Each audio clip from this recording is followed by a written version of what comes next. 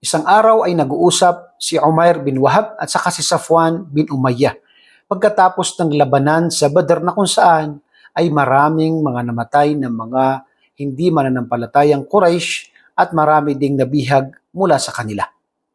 At si Safwan bin Umayyah ay namatay ang kanyang tatay na si Umayyah bin Khalaf at ganoon din na si Umair bin Wahab ay nabihag ang kanyang anak ng mga Muslim.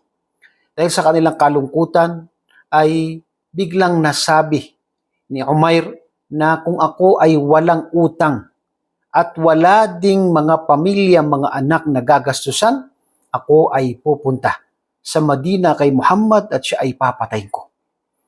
Nung narinig ito ni Safwan bin Umayyah, ay kanyang sinamantala ang pagkakataon. At kanyang sinabi na ako ang bahala sa iyong utang, babayaran ko lahat at ang pamilya mo ay pamilya ko. Ako ang bahala sa kanila. Basta, patayin mo si Muhammad sallallahu alaihi wasallam. Kung ganyan sabi ni Umair, ay itago mo ang bagay na ito. Tayo lang dapat ang nakakaalam sa bagay na ito. At pagkatapos pumunta si Umair sa Madina, dala niya ang kanyang espada at nung siya ay nakapasok na sa Madina, sa kanyang hangarin na papatayin niya si Propeta Muhammad sallallahu alaihi wasallam, ay nakita siya ni Umar ibn al-Khattab at kanyang sinabi na yan ay kaaway. Yan ay kaaway. Kaya pinuntahan siya ni Umar at kinuha niya ang espada ni Umair at pagkatapos sinabi niya, "Ya Rasulullah, ito ay kalaban. Kaya mag-ingat kayo," sabi niya sa mga sahaba. At sinabi ni Propeta sallallahu alaihi wasallam na papasukin niyo siya sa akin.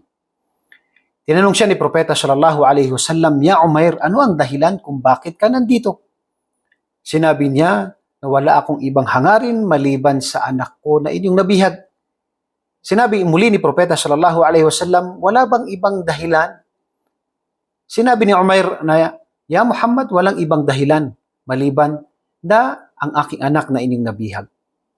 Sinabi ni Propeta sallallahu alaihi wasallam, "Ngunit ang tunay na hangarin mo ay ang inyong napag-usapan ni Safwan bin Umayyah."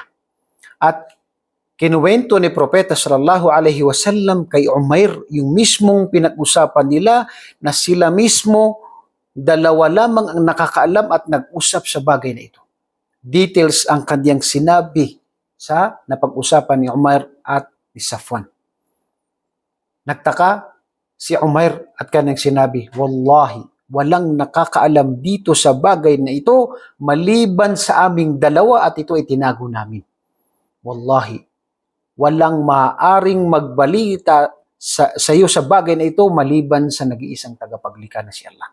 Kaya siya ay nagsahada, sinabi niya, "Ashhadu an la ilaha illallah wa ashhadu annaka Rasulullah." Siya ay nagsahada at bumalik siya sa Makkah na siya ay mananampalataya. Allahu Akbar. Isa ito sa mga tanda, mga himala ni Propeta sallallahu alaihi wasallam na siya ay tunay na propeta na nagmula kay Allah subhanahu wa ta'ala. Hindi niya ito maaring malaman maliban lamang na ito ay pinaalam sa kanya ni Allah subhanahu wa ta'ala. Kaya ito po ay kabilang lamang sa mga tanda na siya ay tunay na propeta mula kay Allah subhanahu wa ta'ala.